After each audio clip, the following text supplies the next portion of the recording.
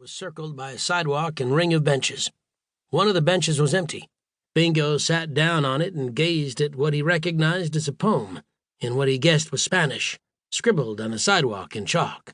The word Libertador was the only one he could identify, but that was enough. A nice sentiment, he said approvingly. He found an opener in his pocket, snapped the cap off the bottle, removed the cigarette that had been pasted to the left-hand corner of his lower lip, and drank deeply. Handsome took the opener and opened his own bottle. "That was business." "Swell," Bingo told him. "There's only 2 frames left in the camera, and I've run out of cards. Say, who the hell was Mr. Pigeon anyway, and what happened to him?" Handsome closed his eyes for a few seconds. August 17th, 1934. It was a Friday. The story broke in the second edition, page 3, column 2. And the final edition was on page 1, with a 2-column picture Louis Jenks took of the statue up here in Central Park. Bingo sighed and waited. That was the way Handsome's mind worked, and Handsome never forgot a thing.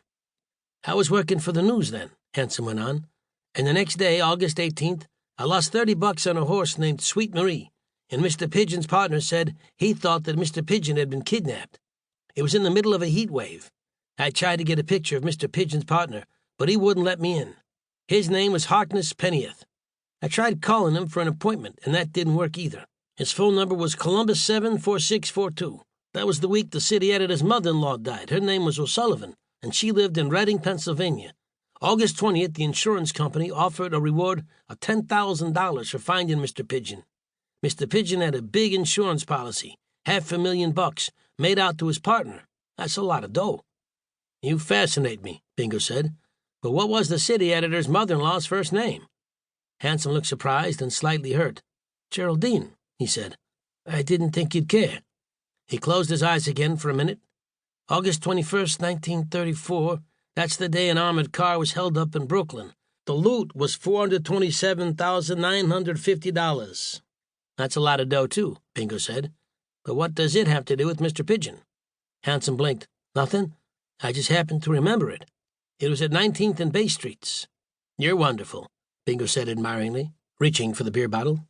"I've got a memory," Handsome admitted modestly. "Only," Bingo added, wiping his lips, "I still don't know what happened to this Pigeon guy who whipped up a lot of business for us today." "Nobody does," Handsome said in a surprised tone. "You ought to read the papers once in a while. It was in a Mirror this morning."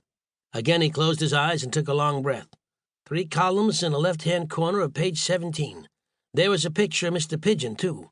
If he doesn't show up by next Sunday, his partner gets that $500,000 from the insurance company. Bingo rose. "Your memory's wonderful, but you've got no sense of timing. Absolutely no head for business."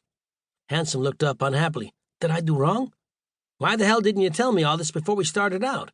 We could have gotten rid of these cards an hour ago." "You mean," Handsome said in a surprised tone, "you mean people want their pictures taken here just because Mr. Pigeon—" Bingo looked at him, shaking his head. "It's wonderful, just that you live to grow up. Come on, let's go home. And if you left a deposit on those beer bottles, bring 'em along." They crossed Central Park West, walked a few blocks beside the park, turned west, walked a few more blocks, and arrived at an unpretentious brownstone front next door to Maury Gelberg's Shamrock Tavern. A pretty black-haired girl in bright green slacks was sitting on the front steps, and Bingo paused. "Business was swell today," she sniffed. "I'm sure Ma will be delighted to hear it." Bingo scowled.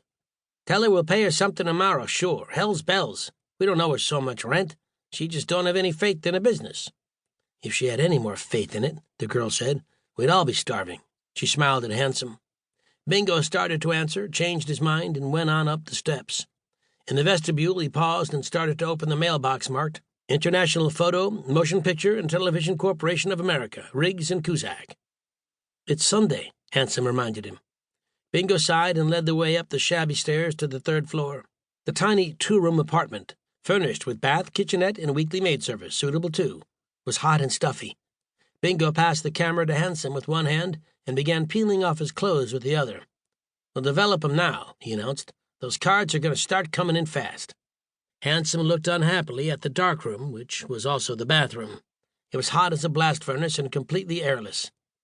"All right, get some beer first," Bingo said, feeling in his pocket. 4 bottles, but don't try keeping it cool in the developer like you did last time. I don't care what you say, the flavor gets spoiled no matter how tight those caps are stuck on." He pulled off